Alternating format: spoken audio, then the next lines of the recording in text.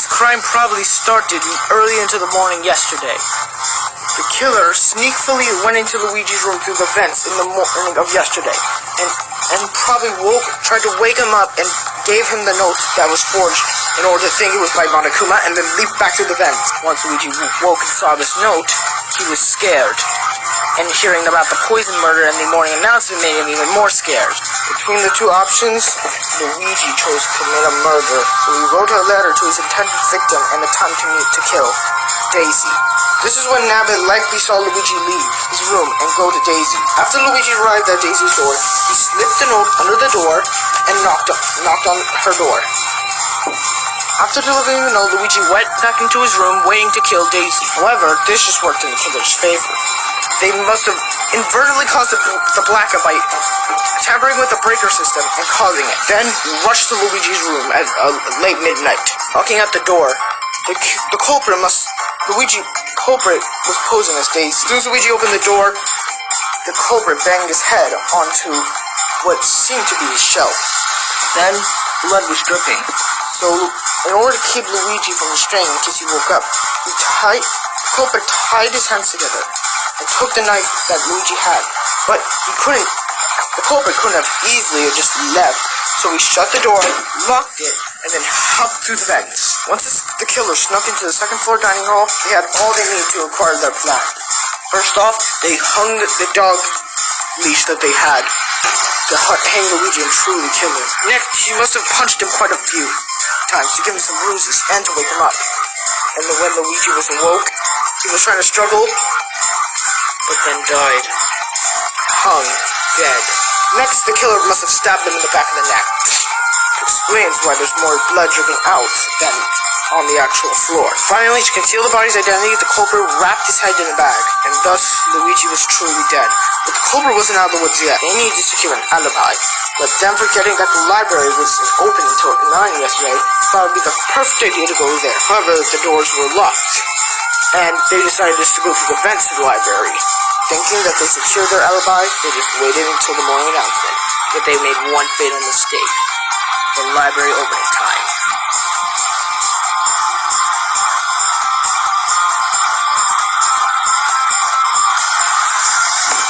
Did I get that about right?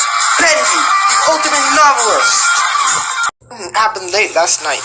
Gumbella must have been curious about the new room that was revealed, so she went to go check it out. Maybe she thought that it would lead to someone secret. But little did she know, she was actually being followed by the killer. After going into the new room, Gumbella went over to the area over here, but that's when the killer struck. They quickly ran and grabbed a metal pipe, and first hit Gumbella's legs, breaking them. After her legs were broken, she could barely move, and then with all the killer's might, hit her very hard on the head. This in turn caused Gumbella to bleed out a little, and the killer thought that she was dead, so the killer left. Little did they know that the killer actually dropped their e-handbook and left without knowing. With the last of Gumbella's strength, she looked at the killer's secret, and then transferred it to her own e-handbook, but in code.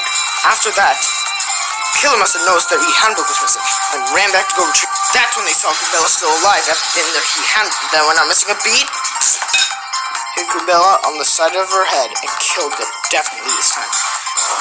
Being a little wary, they just threw the metal pipe with the blood still on it somewhere where it was, and then grabbed their e-handbook. But they should have grabbed both Gumbella's and their e-handbook. After that, the culprit probably left the area, then made their way back to Gumbella's room. How? Through the vents, of course. All they had to do was wait for someone to check on Gumbella. Once someone did go and check on her, the culprit used a very special skill, voice mimicking, and mimicked Gumbella's voice to reassure the people knocking at the door that she would be out soon. After that, the killer procured their alibi and simply left when going through the vent. After that, they simply left and went to breakfast like usual. But they think that we would figure out. And the killer is...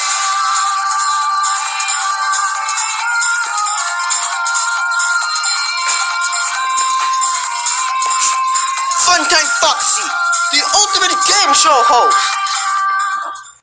Started late last night. The killer, who was in the kitchen at the time, grabbed chili powder from the kitchen and started their murder plan into action. They had a feeling Peach would be coming out to need something for the ritual, so they waited until they heard Peach leave the room, took a head bag, and then snuck through the hidden passageway into the council room. Once Peach left, the killer had to hide and wait for her to come back in order to make the murder plan. Peach, coming back with a lighter, then started to set up for the ritual. But that's when the killer decided to strike. Peach got shocked, and then the chili powder was shoved down her throat. Struggling, the glass shattered into pieces. But then, it was already too late. The killer didn't care. They already had Peach in their clutches, suffocating. All they had to do was wait for her to die. And soon enough, it did. Peach was then dead.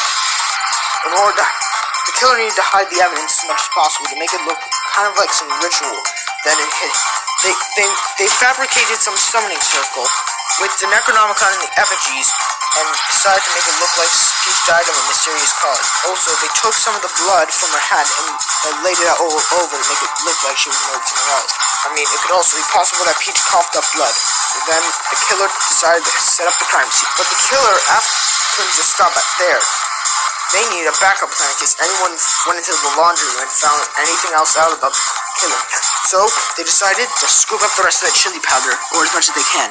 How? They had a sombrero. They hid it in their sombrero and took what they could and left. That might be the truth of Peach's death, but we still need to figure out Bonnie's. And this is how it happened. After Peach's investigation, the killer might have gone to the laundry room in order to dispose of some evidence. Or maybe to retrieve evidence from the room. It might have been at this point where Bonnie might have went to go check on them to make sure they would go to the elevator.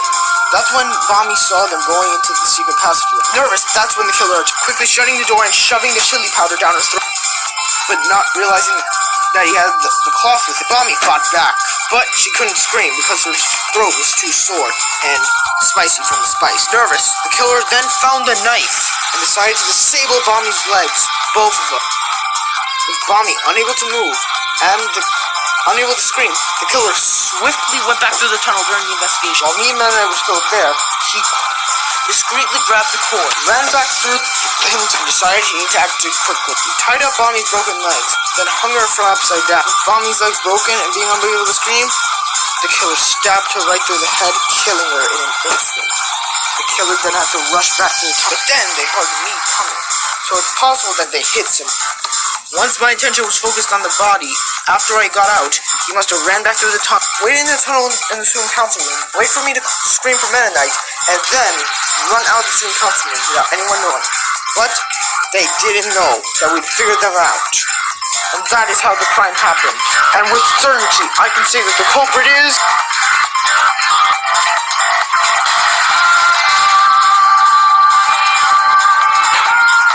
Isn't that right, El Chip, the ultimate Mexican gourmet? Your crime must have occurred yesterday, or a few days ago, right after Peach's trial. The culprit, in this case, getting a little curious, entered the room, the student council room. How?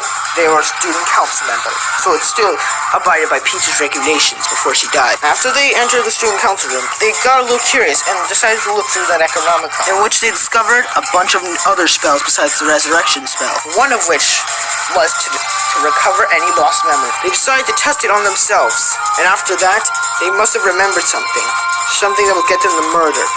So that's when the culprit decided to put their plan into action. They must have hit the Necronomicon and went to go to Monokuma immediately. Once the culprit went to Monokuma, the culprit explained what they just figured out. I don't know what the culprit said to Monokuma to help him cooperate, but it must have been something that would reveal something that Monokuma didn't want us to find out. So, unwillingly, Monokuma decided to form a little bit of an alliance with the culprit in this case. It was a little after then, in the morning of yesterday. The visions were causing the culprit's head to hurt, giving them headaches, which we thought was something like a heat flash. So Rosalina put the culprit back to their room. After putting the culprit back in the room, Rosalina just left the room.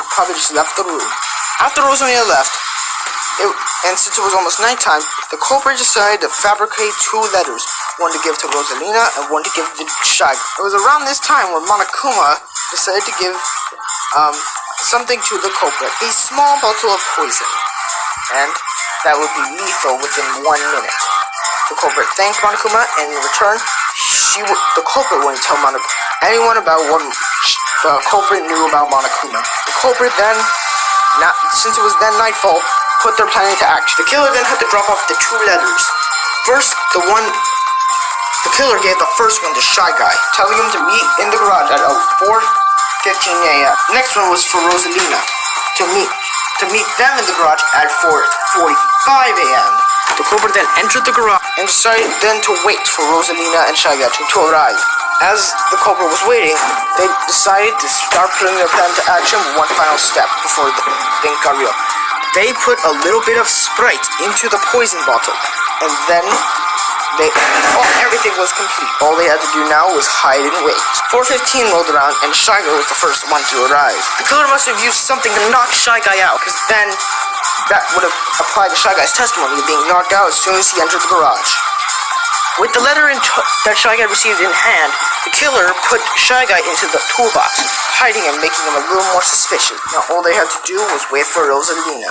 4:45 a.m. came, and then Rosalina entered the garage. They then met up with the killer, which Rosalina must have been surprised about. The killer then faked some evidence, saying that they also received a letter from Shy Guy, and that Rosalina did too.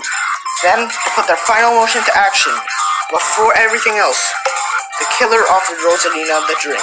Rosalina thanking it from a friend, drank it all. But then, a minute went by, and then it was almost all over. With her last ounce of strength, she must have thrown the note out of the killer's eyesight.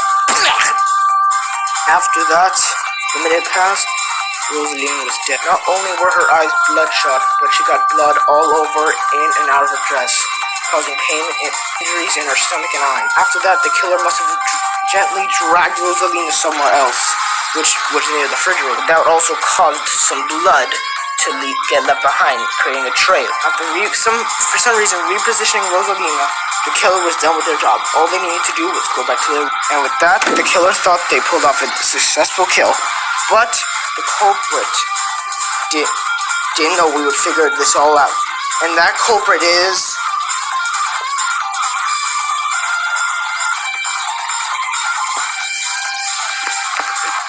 you, Jirachi, the ultimate wishmaker. You're the one behind Rosalina's killer.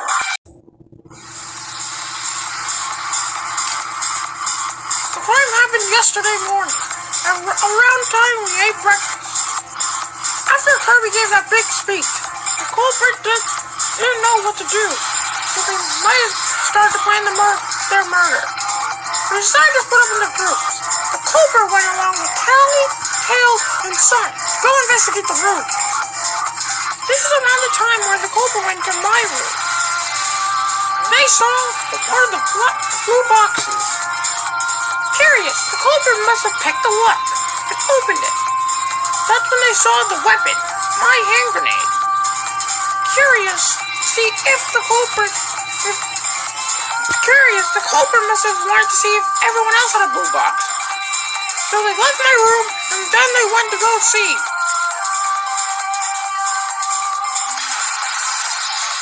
After figuring out that everyone had a box, the culprit then devised a murder plan. In that case, they needed 4 items: tape, a rope, a knife, and a marshmallow fork. This is around the time where Monokuma confirmed what the weapons were and gave off the motive. This then made sense to the culprit, which they then devised their plan quickly. They went out at night around 9 to 10 to set up their plan. Then they saw someone. That person was Marie, heading out to do her nighttime singing. This is when the culprit decided to fake an alibi.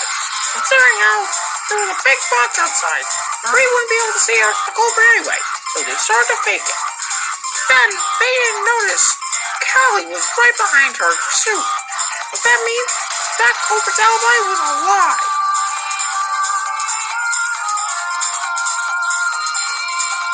Next, the culprit started to set up the crime scene. They knocked over a big black chair to prevent Kirby from going past that point. Then they taped the marshmallow fork onto the wall, so that way when Kirby got hit by the chair, it would slam into it. Then he tied a rope to a chair, and then started to climb. Tied it to the chair, and then left for Kirby's room. He knocked at Kirby's room, telling him to come out. Then ran back to the crime scene, hopping up onto the counter and waiting for Kirby to come. This is when Kirby came out of his room, wondering what he just heard. Then Kirby went to the kitchen. Looking down the hallway, he then saw something. Going to check it out, he realized it was just a chair, and wondering what it was, he went back to his room. But then, this is when Kirby got caught in the culprit's trap. The culprit then pulled onto the rope, pulling the chair towards Kirby. Kirby getting stuck in the trap. Kirby got pulled towards the marshmallow fort. But within seconds, it was already too late. Kirby had died.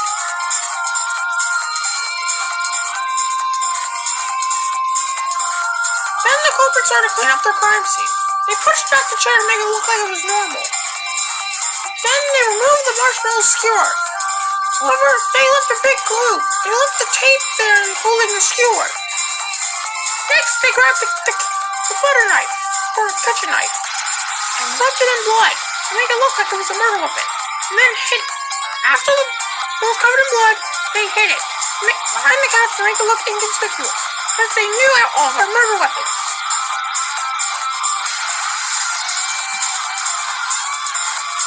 Culprit then needed to wash off the skewer. That was one of the final things that they needed to do. But sadly, the water was off, and the culprit couldn't use the water. Panicking, not knowing what to do, the culprit then came out with an idea. They had to go to the garage in order to get a certain item. They went to the fridge, got a bottle of water. After being so frantically to open the bottle, the culprit then opened it. But then they made a mistake. They dropped the water bottle cap into the sink. Then the culprit dipped the skewer into the water. Without a doubt, it started to wash off. You're probably wondering, how did this culprit carry around all these items? Simple. The culprit had a green bag on them. They carried it everywhere they went. After the skewer was washed off, the culprit then decided to empty the water into the sink with the skewer. After that, the culprit didn't decide all he needed to do was throw the water bottle away. However, in their rush, the culprit didn't realize that the water bottle wasn't fully in.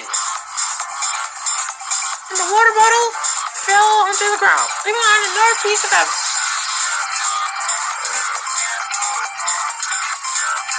The final thing that the culprit needed to do was run back to their room. Then, wait for the body to be discovered.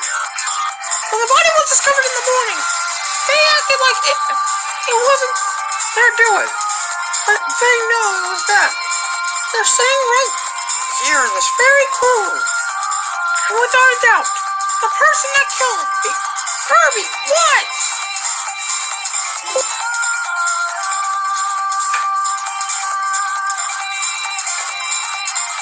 was you, Koma-san, the ultimate farmer! You're the true culprit behind the murder of Kirby! Crime started yesterday, and all of us were given a target. For some unknown reason, the culprit in this case decided to target someone other than their target. They decided to target Toad. They had to propose two letters, one for Toad and one for someone else. They grabbed the letter for Toad, and then went to his room, slipping up behind the door, and then running back to the kitchen where he prepared the crime. They grabbed the front of a pot, which they used in the case, and hid in the kitchen.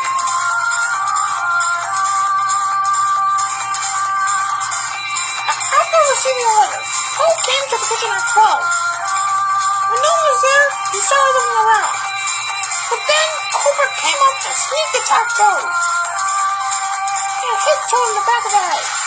But before Toe was completely knocked out, Melissa grabbed the killer and quickly grabbed off what we thought was a blue pipe cleaner, but in actuality was a part of the culprit's hair. And she knew it, somewhere where the culprit would never see it. And we also put through his letter. That way we would have a clue on who the culprit is.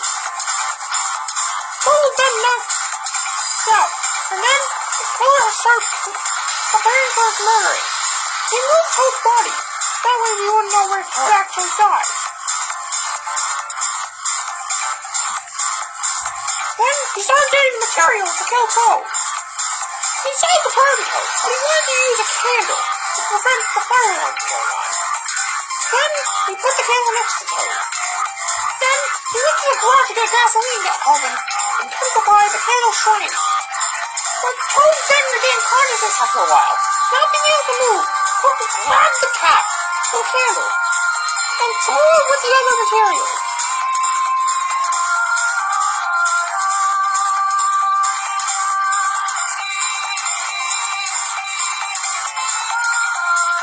Then the culprit returned with the gasoline and poured it all over Toad. They got a lighter from the laundry, but then the culprit realized they didn't have a way to put out the fire, and they knew they couldn't get water bottles from the fridge, so they decided to do the next thing. They decided to grab the pot and go outside to collect the water from the pool. But when they were returned with the water, it kept spilling everywhere, leaving a trail of water. After that, the culprit was ready to murder Toad. The culprit lit the candle and put it on top of the gasoline stove. After Toad was burned for about a few minutes, the culprit then grabbed the water and quickly poured it over Toad's body, putting it out, sharply pouring the process. Then the culprit had one more thing, a knife, and stabbed him in the back of the neck to help the pieces from the carpet deck. And that's how Toad's body is today. Then the culprit decided to frame someone. In that case, someone we would never think they would frame. The culprit then decided to grab the second knife and left it, and none other than Tails' doorstep. After Tails received the note, he went to the kitchen, and then he accidentally might have saw Toad's body. However, that sight was short-lived.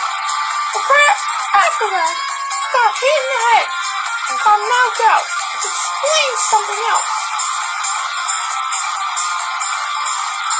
The culprit then grabbed Tails' unconscious body and moved it to the laundry room. But then he realized that the culprit must have dropped some of Tails' blood before running from the laundry room. Then all the culprit needed to do was put Tails in the dryer, and would be none the wiser. Now, all the culprit had to do was clean up his crime. He brought the candle, the lighter, and the remaining milk that Tails had.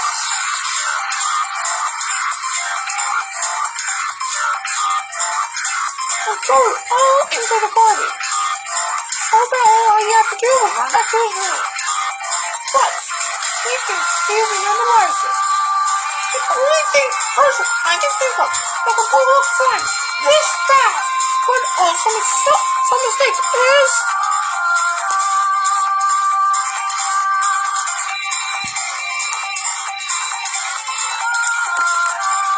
You, Sonic! Ultimate Runner! You're the one behind this case! You killed Toad! The crime happened yesterday. When Amy decided to announce to everyone that she wanted to throw a party to cheer everyone up after the last two trials. Something I should mention before we continue on the discussion. The recap. That this case has something in particular. There are two blackens. One committed murder to protect someone. And the other one, I can only assume committed the second murder out of greed. But anyway, here's the events of how it played out. After Monokuma told us that one person got the motive, hypnosis video. Killers tried to put their plan into action. They called Knuckles into the laundry and had him watch the video without him knowing what it was. Soon enough, Knuckles was hypnotized. The killer then told him to go make a plan to kill Marie and report back to him when he did. And actually everything's normal when he's around the others. The killer then came back as if nothing was happened for the past few days. That's all the second Blackened did for now. Let's talk about the first Blackened. I can only assume Knuckles started to make the plan around nighttime. He made a plan to kill Marie. He then decided to leave his paper on the desk as he went to go get something. However, this drew the attention of our first Blackened, who saw Knuckles' door open and decided to check it out. As they were looking around, they saw a note. The information shook them, as Knuckles was trying to kill someone that was precious to the Blackened, Marie. The first Blackened then left the room and took the note with it. However, then at around midnight, Knuckles started to make his preparations to kill Marie. He hid in the place that he was going to kill, which was near where we found his body. In came Marie, who came out, was about to go outside for her nighttime singing. However, once she stepped in front of the door, Knuckles then caused Marie to bleed, but also left some blood behind.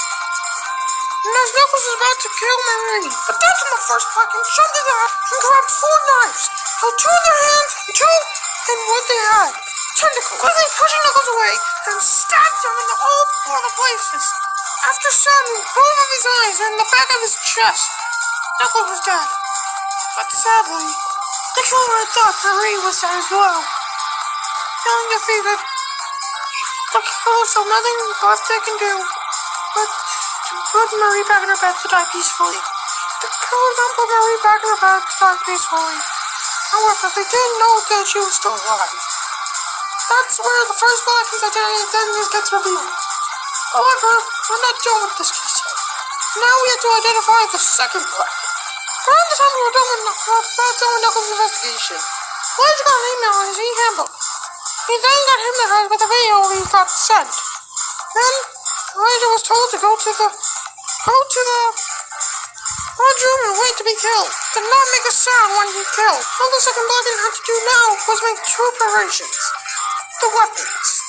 They got 2 screwdrivers to confuse us on what the murder weapons were that stabbed them in the chest. 2 knives just like the first Blackend did. After that, the crime was then ready to be committed.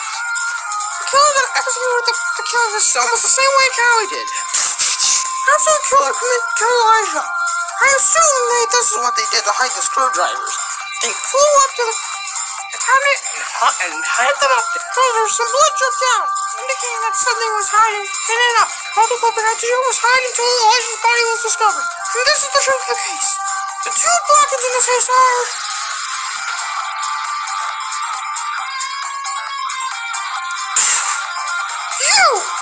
You're the first Blacken, Callie, the ultimate pop sensation.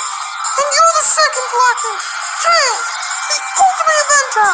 1 killed out of love and 1 killed out of grief.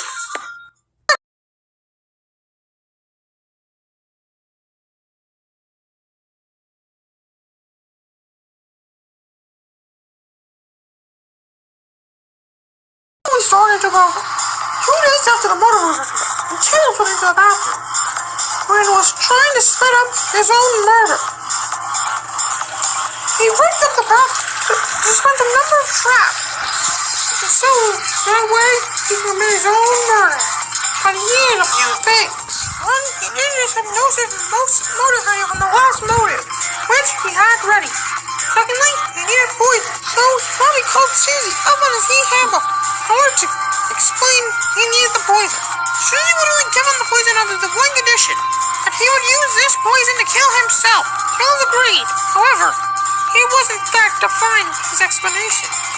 He would use it to kill himself, but have someone else do it. After putting the poison in the injector over the sink and testing out the functionator thingy that made the sink turn on, it was time for Tails to commit his own murder. Take out one more thing though, a blood bag from the fridge. To make us think that his cousin this was something else. In reality, it would have been poison. Get up all the things in the bathroom and it was ready to begin. He doesn't need his victim, or in this case, the killer. Before that, Tails found a secret passageway to the bathroom, which is how the culprit would escape. Tails then wrote 2 notes for instructions for when the killer got there. But then he realized he needed one more thing. To give the killer energy to kill him. So he made a water filter. Finally, the killer probably came in the room about 2 days later, around the time where Tails actually died. Tails then used the motor video, surprisingly the culprit, hypnotize him, and then make him do his bidding. Tails gave the culprit instructions on what to do, and put him in his pocket. Then, the culprit took Tails and the water filter to the bathroom. First, Tails instructed the culprit to put blood everywhere around the bathroom, as he put tape on his own mouth. So the killer did just that. After Tails putting tape on his mouth, he then instructed the culprit to break his own bones,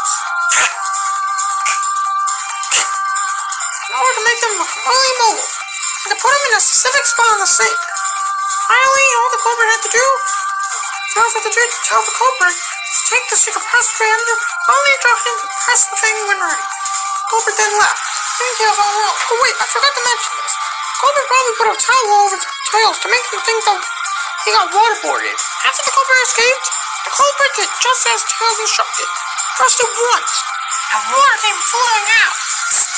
Then, the poison just did. It just poisoned Tails, killing him instantly. Then the culprit pressed it twice. Then everything shut off in the bathroom.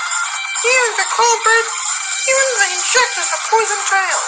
Then, as the culprit was about to perform the final act, they held the function thing down for 3 seconds, flashing them and breaking the device, but also dropping the 2 letters. Both of them then probably wobbled into the kitchen and fell, making a loud noise. And then that's what we heard. But when the culprit woke up and they discovered the body, they had no idea who the culprit was. But knowing that it was them, I don't want to say it, but the one who killed the ultimate inventor Tails was...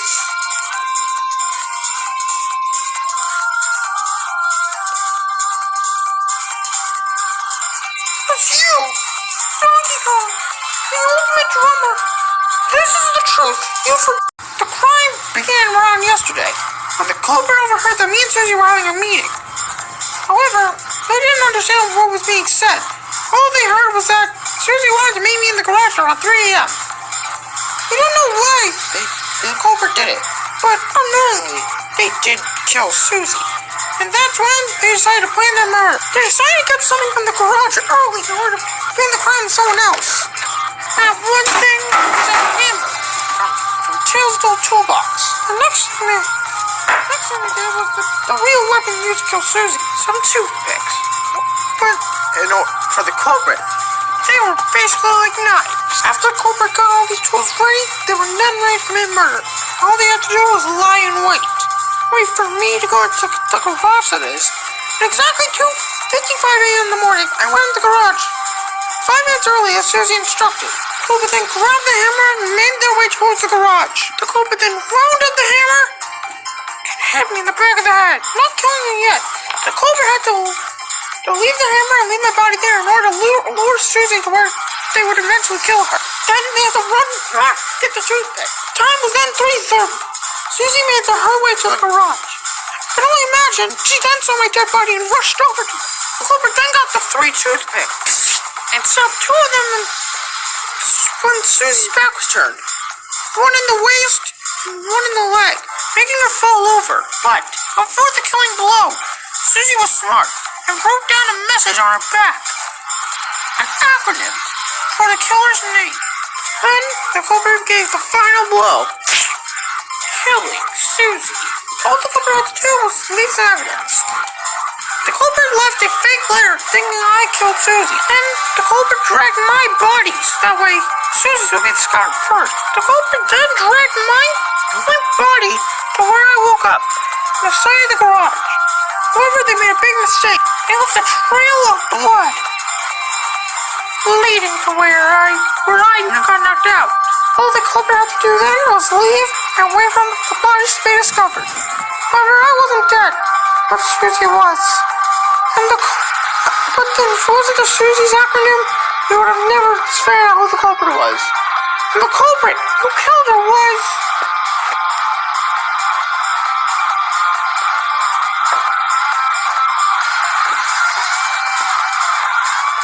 you! Rush, the ultimate artist. You killed Susie. You're the culprit. In order to identify the identity of the second traitor, we have to go back to case 2, where Sonic was the blackened, or so we thought. Sonic took a pot and struck the traitor with it, injuring his third-to-be victim. In reality, that victim was the traitor. Sonic then moved the traitor's body over to near where we found it this morning. However, he needed to prepare, so he went to the garage to get gasoline.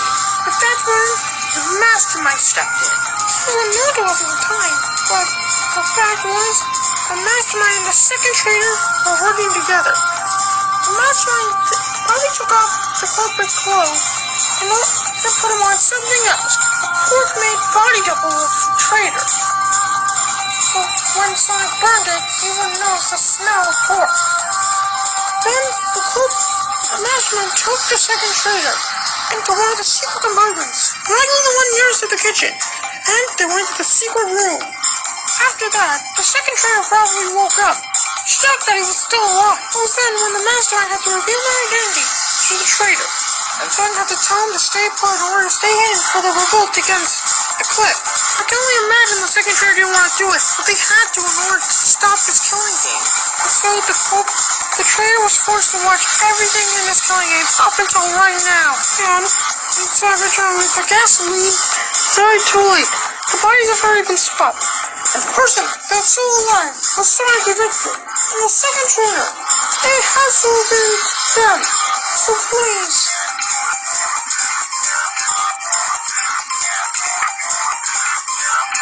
If you're right about this, then please reveal yourself. You're the second traitor, aren't you? You're still alive. Tell the ultimate servant. Likely started on the second day we were on this island. For some reason, in the morning, the culprit decided to set up their crime. They opened the door to the guest house and went in. Then they started to set up their crime. They grabbed the gun while they were on the first day and moved it into the bathroom with them. Hiding it there. Next, we need to close off the bathroom. They made an out of order sign and closed off the bathroom, making us think that the bathroom was also locked. But it really wasn't. Next thing we needed was some rope and some bullets. Luckily, they got 2 bullets and the rope from the storage room. And they would also make us think that they got the gun from there. But now, it's time for the second plan. They had to go to the restaurant in order to avoid suspicion. So they closed the door and left for the guest house. The restaurant. The culprit then had an unfortunate circumstance. They accidentally ran into me. They were shocked to see me at the time, so they made up an excuse saying that they were looking for me because I was late to breakfast. I, at the time, thought it was justifiable, but no. Now looking back on it, I should have thought about this a lot sooner. The culprit then volunteered to help with the party, and they went to the guest house. They went to the guest house with us, I remember them saying now that Miku probably had someone clean it up. In reality, they're the ones who cleaned it up. After learning how the electrical system works from Oswald on the second day of the party planning, it was then time for the culprit to put their murder plan into action. The next morning, the culprit likely texted Joseph to come to the guest house, probably saying something about leading him to the bathroom. Joseph then received this message and went to the guest house immediately. However, the culprit was probably waiting in the bathroom, waiting for Joseph to come in. Soon enough, Joseph then arrived at the guest house, probably busting into the door, wondering what happened. Probably sat down in his e-handbook just to take a look around. But as he was starting to leave, the culprit took their shot and shot Joseph. But Joseph wasn't dead yet. The culprit then took the bullet out of Joseph's chest and threw it in the toilet, leaving behind the blood. But the culprit did something sloppy. They didn't confirm if Joseph was completely dead yet. So with a small piece of paper Joseph must have had on him, he wrote a dying message, not a loved one, in code. They loaded their second bullet into the gun and propped it up on something, and made one more preparation before they left for the day, tying the rope to the bullet. That's all they need to do for now. So they closed the door to the bathroom and moved Joseph there. The second day of the party planning came to an end, so then the culprit went to the guest house. The culprit then went into the bathroom one final time to make their last preparation, making the tripwire. The culprit then closed the door to the bathroom. After they set up the tripwire, they left and waited for the party to come on. Once the party started, the culprit purposely sat themselves next to the breaker room and might have snuck inside to go turn it off. And so they flipped the breaker and rushed to start their plan. When the blackout occurred, The culprit, pushed Meloetta off the table near the tripwire. Not aware of where she was, she tripped over the tripwire, causing it to explode the fire. Explaining the second gunshot we heard. I also forgot to mention this, but it's likely beforehand that the culprit was the one who sent the messages to Meloetta and took Joseph's e-handbook somewhere. When the lights went back on and the body discovery announcement went off, the culprit saw Joseph's body, but they knew that's what they'd done. They knew that they were the culprit. And with certainty, the culprit who killed Joseph was... That's why the culprit can be none other than you! Bob, the ultimate soldier! You're the one who killed Joseph! You started a few days ago when Oswald wanted to host a movie night. He asked 3 people to help him. Rabanyan, Mimikyu, and the culprit of this case. At one point, the culprit and Oswald must have gone to the back of the TV. This was because the culprit needed Oswald for something. While no one was looking, the culprit hypnotized Oswald into rigging up a security camera feed to a security camera that was placed in the freezer, the culprit's murder. After that, they dehypnotized Oswald and took him back. Next, the culprit probably invited Lollipop to the guest house late into the night, and then unknowingly the Lollipop hypnotized her. How? With the pollen in their system, since they are flour. But before she was fully hypnotized, she sprayed a tiny bit of formaldehyde onto the culprit, meaning it would last long. Sadly, then Lollipop was hypnotized, and the culprit brought her into the storage room. The culprit then just threw Lollipop's porcupine somewhere, and then cut up her limbs. Normally, Lollipop would scream, but since she was hypnotized, she didn't. The culprit then placed Lollipop's body into the freezer along with her limbs, and closed the freezer so that Lollipop would freeze back. Then, the instant freeze option after they put Lollipop in the freezer. That way, she would freeze by morning. Then, the culprit, all they had to do was go to the movie day tomorrow and wait for the body to be discovered. However, the extremely cold temperatures broke Lollipop out of her hypnosis, and she formulated a plan. She must have grinded the ice off of the freezer, and in her mouth, created 5 separate ice cubes. This was Lollipop's dying message, saying that the culprit was one of the 5 girls. But soon enough, Lollipop then froze and died of hypothermia. It was then the movie day.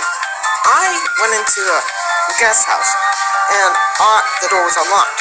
But I would soon know that there was a security sensor by one of the doors in the guest house that automatically made the door lock as soon as a certain number of people entered. It was time for the movie day, and almost everyone was here, including the culprit. There were only 4 people missing: Ashley, Kamek, Meloetta, Lollipop, and Miku. I guess that would make 5. As Oswald was going to turn on the TV, those 4 said people walked through the front door, because the back door was locked, as Ashley said. Ashley noticed something in the storage room, so they all went in. It was then when they saw the bloody sight and decided to open the freezer to Lollipop's frozen dead body. That was when all of us heard the body discovery announcement went off. And then the monitor displayed the Lollipop's body. This is how that crime was committed. This is how the culprit committed this crime. And that culprit can be none other than, since they are the only ones to be able to do all this, it has to have been them.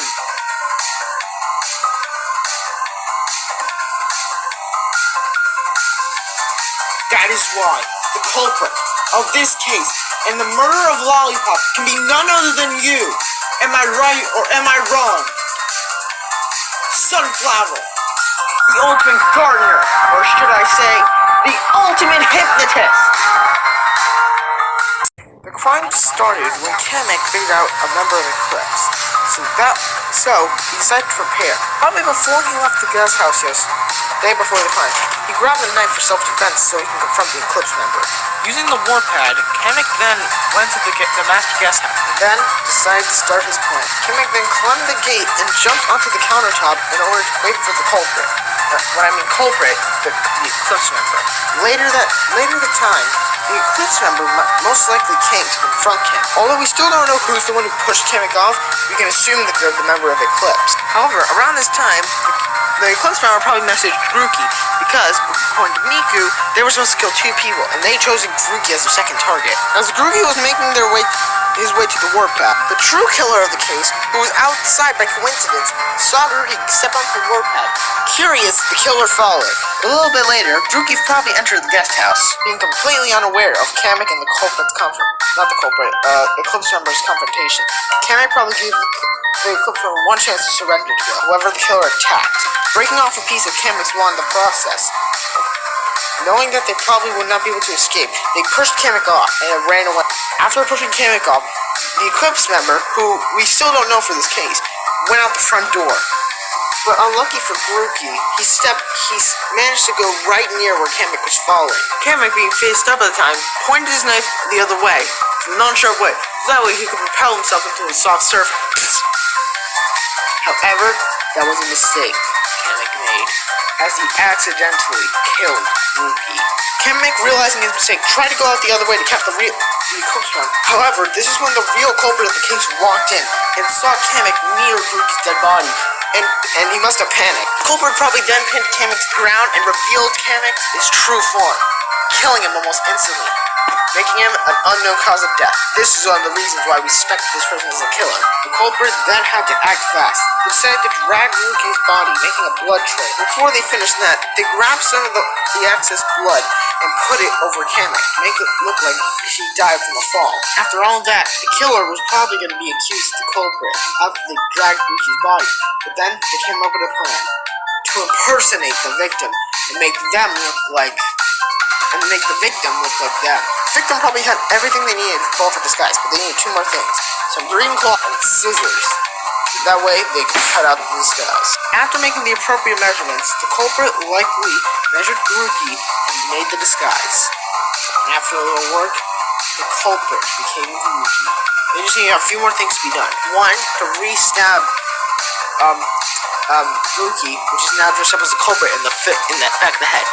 And then stitch up any holes to prevent us from going into the body. They finally need two things. One, wrap up the scissors in the green cloth and hide it. So they wrapped up the green cloth and hid it under a small table. But some of the green cloth got revealed. Finally, they had to just leave the guest house and warp back to their cottage. Once they came back, they slammed the door to their cottage, making the slamming sound actually hurt. Then went to bed, waiting for the body discovery announcement to go off. But they made a mistake. They, as they always do, since they admitted every time they disguised themselves as someone, they would make a mistake. And that was calling us by not our nicknames. And that is why the culprit can be none other than...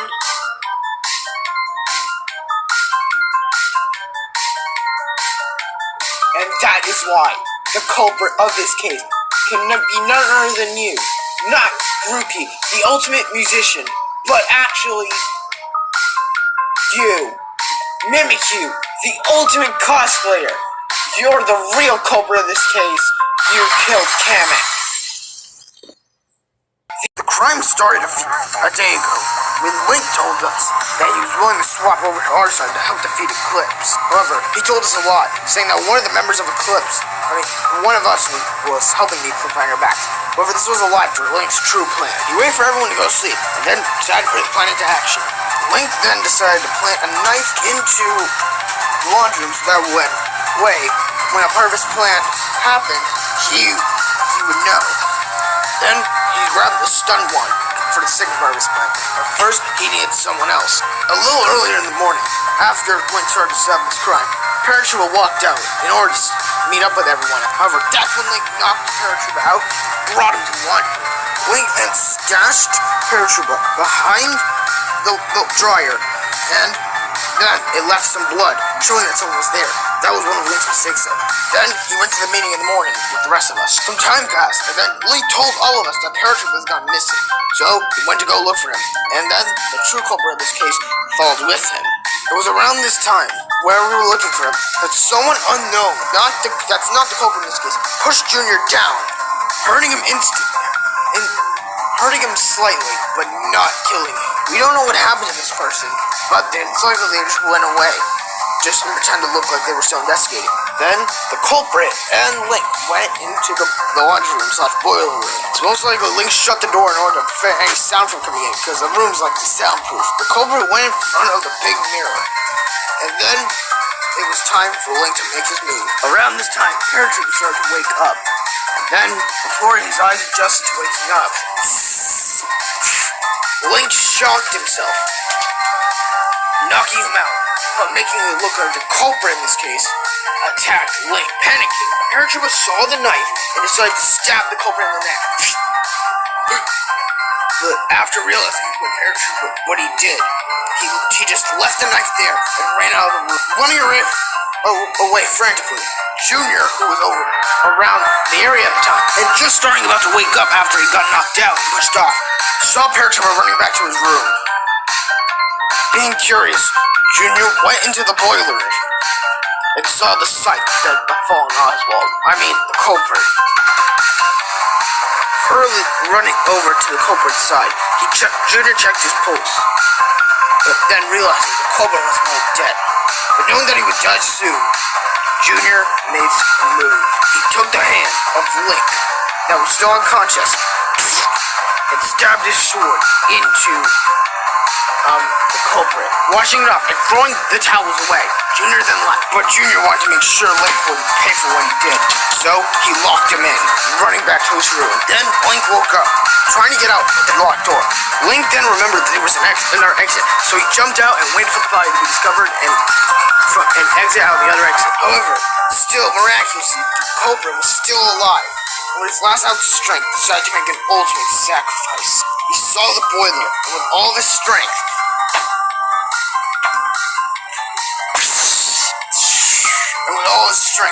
burned himself alive. So that way, he would commit suicide. None of us would even black him. And the victim and culprit of this case was none other than...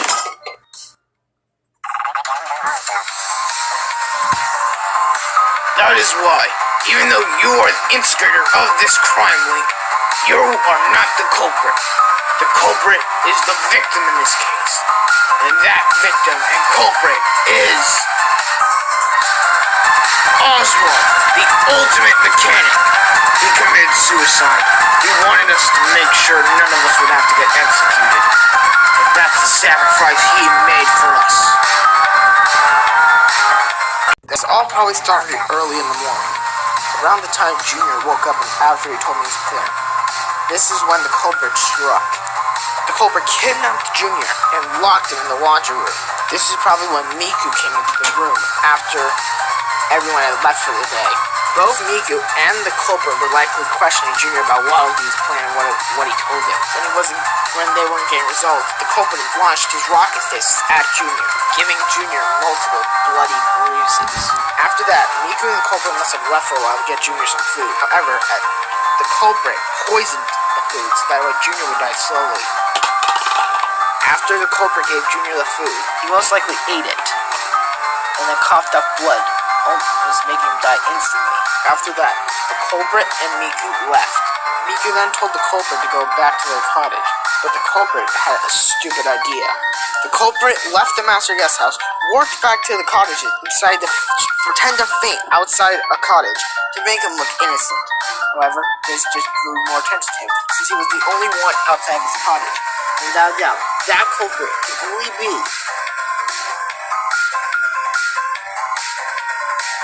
That is why the only one who could have done it, the only one who could have killed Junior, was you. So am I right or am I wrong? The last member of Eclipse, Robonyan, the ultimate robot.